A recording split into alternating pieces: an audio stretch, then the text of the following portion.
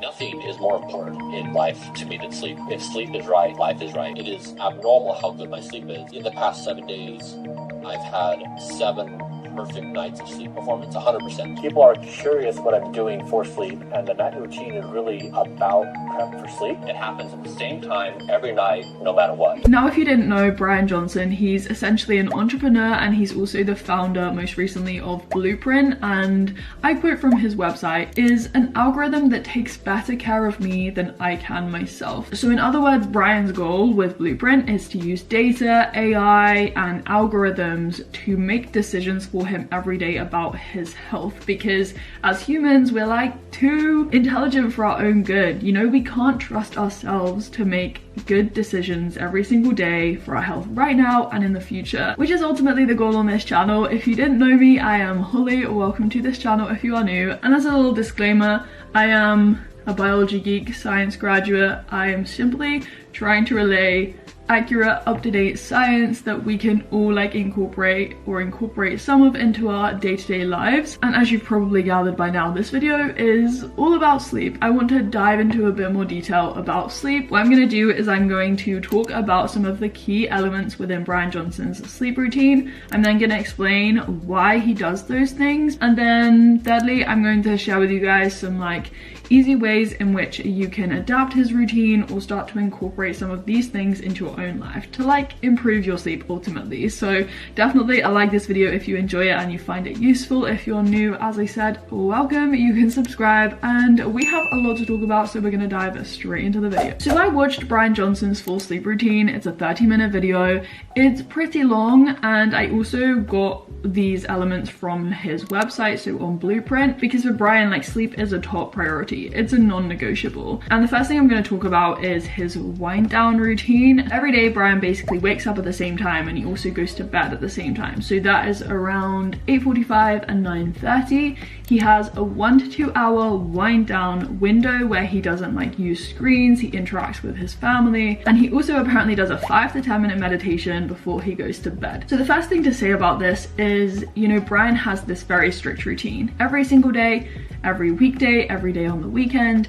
By doing that, by getting your body into a routine, it helps to reinforce your body's internal body clock, which is called your circadian rhythm. And so I think that's the first big takeaway. It's something very simple, but it's so easily forgotten about. Like, waking up at the same time and going to bed at the same time, having this routine is the first thing that I think we all need to establish, including on the weekends, which is when we often think about lying in. And then his other activities like his meditation or like no screens and talking to his family, that is all to kind of like reduce his stress levels and to help him prepare for going to sleep. And this is where I think it's important to talk about heart rate variability, or HRV. There is a decline in HRV with age, but one of the really cool things about HRV is that you can quite easily control it using external lifestyle factors like your diet, your sleep, your stress levels, your exercise.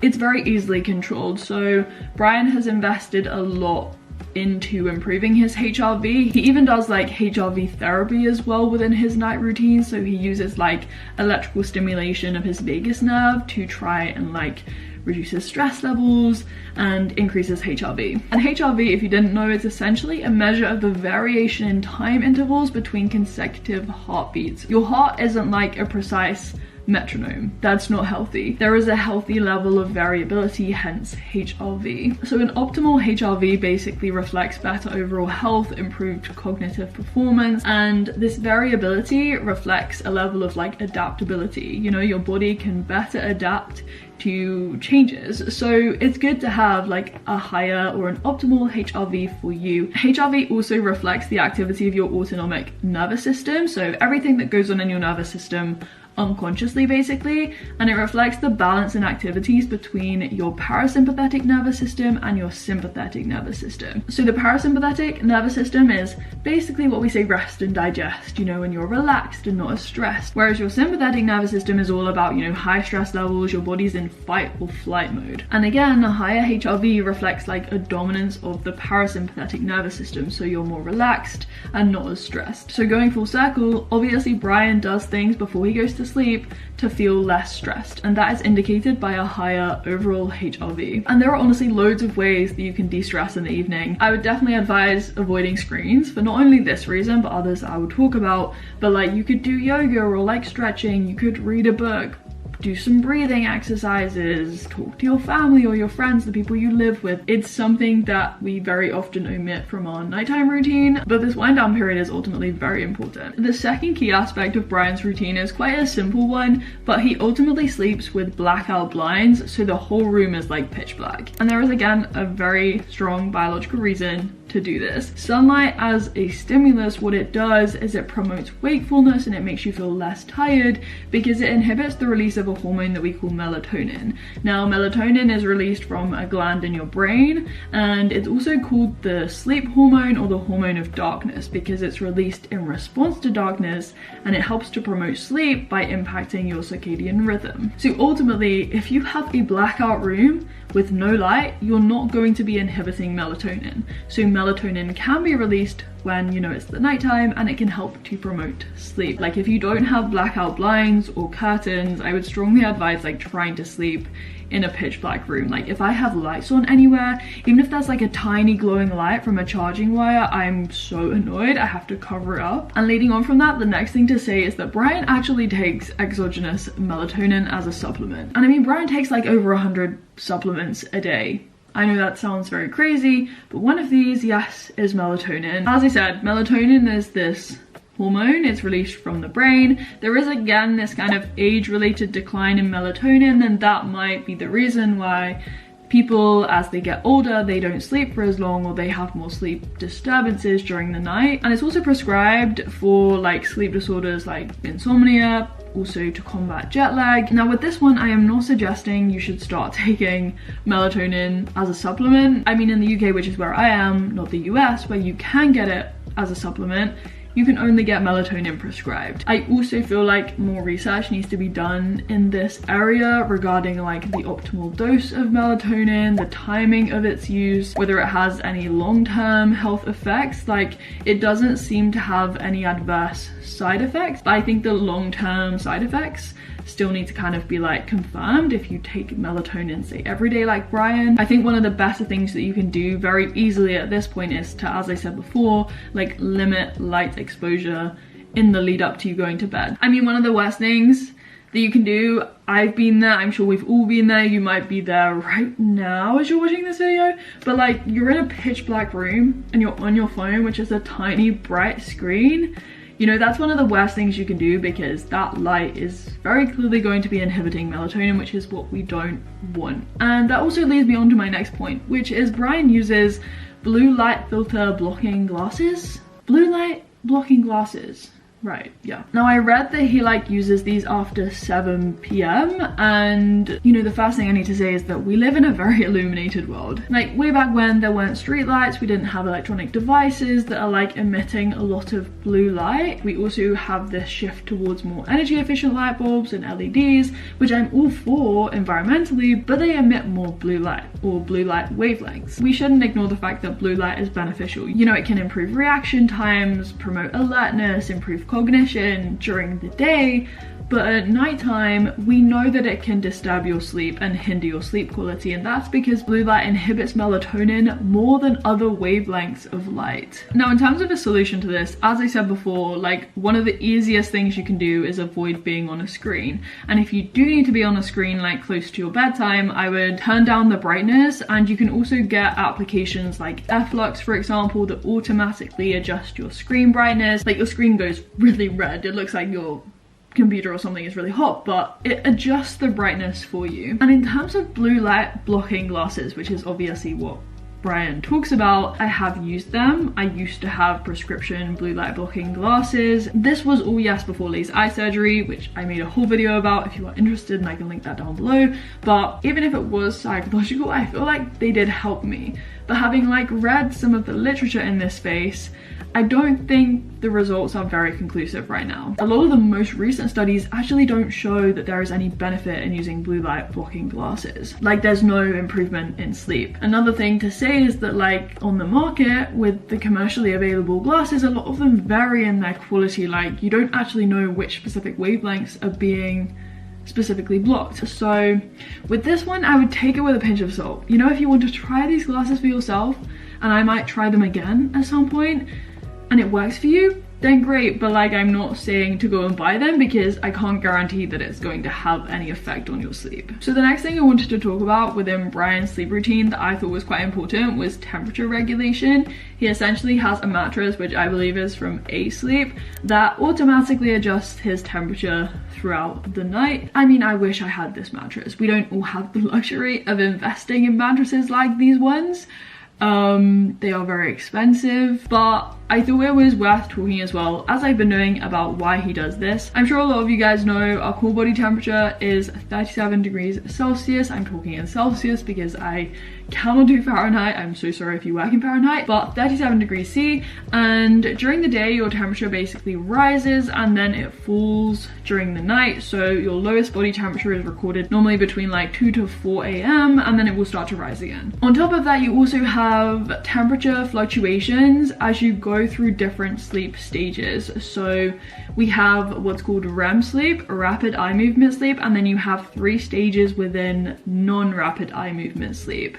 And we tend to warm during REM sleep, which is when you're dreaming, and we get a bit cooler when we're in non-rapid eye movement sleep. This video I'm not going to dedicate to sleep entirely, the biology of sleep. Like, if you want to hear more about it, then let me know and I can talk about it. And if you are also enjoying this video, you may as well like it. But as I said, our temperature basically fluctuates throughout the night, and so by Brian having this mattress, you know, it just supports those temperature changes and it ensures he's in this optimal environment for perfect sleep. There are some things we can do to like regulate our temperature leading up to us going to bed and hopefully promote better all-round sleep. And the first thing that makes sense, you know, is that you don't want to be really hot before you go to bed.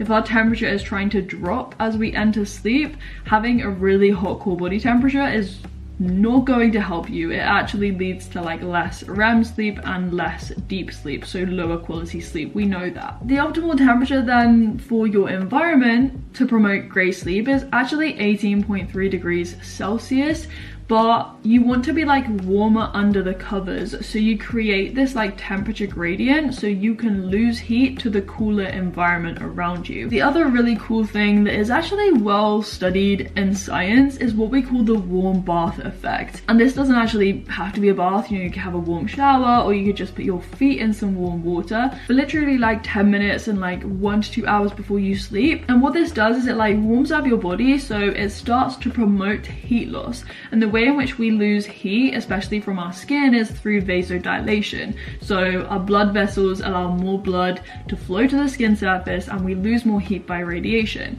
especially through like your hands and your feet, which are your body's extremities. And by promoting this vasodilation and this heat loss, like within those 1 to 2 hours before you go to bed, it will help speed up the process of heat loss and help your body cool down as you enter sleep. It's a great thing you can do. Obviously the mattress would be great, but we can't all have access to that, and I would say like try some of these other solutions instead. You know, if A-Sleep, if you're watching this video, like I would love a mattress. The final aspect of Brian's routine that I thought was like worthy of talking about, this isn't like comprehensive, he does some other small things, but I deemed these things most like important. But the last one is essentially Brian fasts for about like 8 to 9 hours before he goes to sleep. That is to say that he finishes eating for the whole day at like 12 noon. So that's no food, no liquids, and he avoids caffeine completely and also doesn't drink alcohol. Now, caffeine and alcohol are kind of self-explanatory. Like, alcohol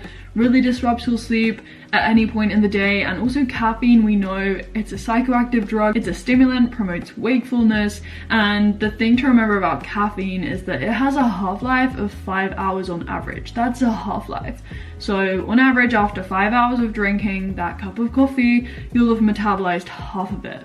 not the entirety, only half. Some of us probably have genes that allow us to metabolize caffeine faster, but as a general rule, I would create a cutoff for yourself. Like, either don't drink caffeine beyond 12 noon, or like don't drink it at all, drink a coffee alternative. And with alcohol, like, you know, it's up to you ultimately, but it does disturb sleep quality. Now with the liquids, I understand this, like, and I'm actually really jealous because every single day, at least at the moment, I wake up in the middle of the night at like 4 a.m. needing the toilet, and that's because your bladder can't hold an infinite volume of liquid. When it reaches a certain volume, it's going to signal to your brain to go to the toilet, and that will wake you up in the middle of the night. So drinking makes sense. With the eating, like meal timings, this literature and the research in this space is very, very mixed. Brian says he does this because he wants to ensure that all of his food has been properly digested before he goes to sleep. So that helps to reduce his resting heart rate and also reduce his HRV, his stress levels. Science does show that yes, people can be woken up in the night with like digestive issues or like heartburn. So yes, there is evidence to favor eating way before you go to sleep. There has also been this idea in this space that like eating right before bed promotes like weight gain and obesity. And there are like plausible explanations for this. You know, like eating really late might disrupt your circadian rhythm again, which controls like metabolic processes. So you might digest and metabolize food differently later on in the day.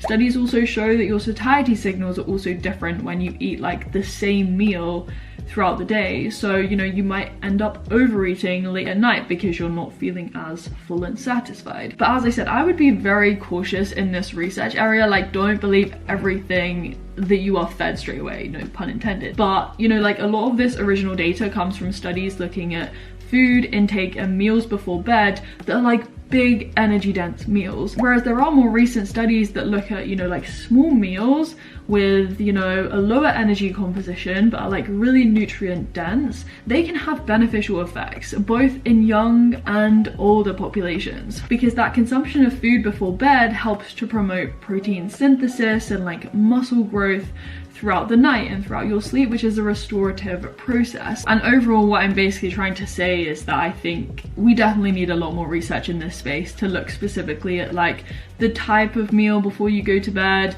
like the precise meal timing, the combination of like eating before bed and exercising before bed. Just because I don't think right now we can say that eating late at night specifically and directly causes bad sleep. Poor dietary habits and poor sleep and other factors are all kind of intertwined. So it might not be the meal timing itself that impacts sleep, it could be something else. So I definitely think that there isn't this cause and effect relationship established, you know, completely right now in its entirety. Take everything with a grain of salt and maybe just experiment for yourself. And that's where I'm going to finish this video. I think that, you know, brings me to a nice conclusion. As I said, this isn't like a comprehensive list of everything Brian does, but it's a lot of what he does, and I hope that it's made it easier to kind of like incorporate some of these habits and changes and routines into your own daily life. So I really hope you've learned something from it and you've been able to take something away. I definitely like it if you did. And the final thing I would encourage you guys to do, in line with, you know,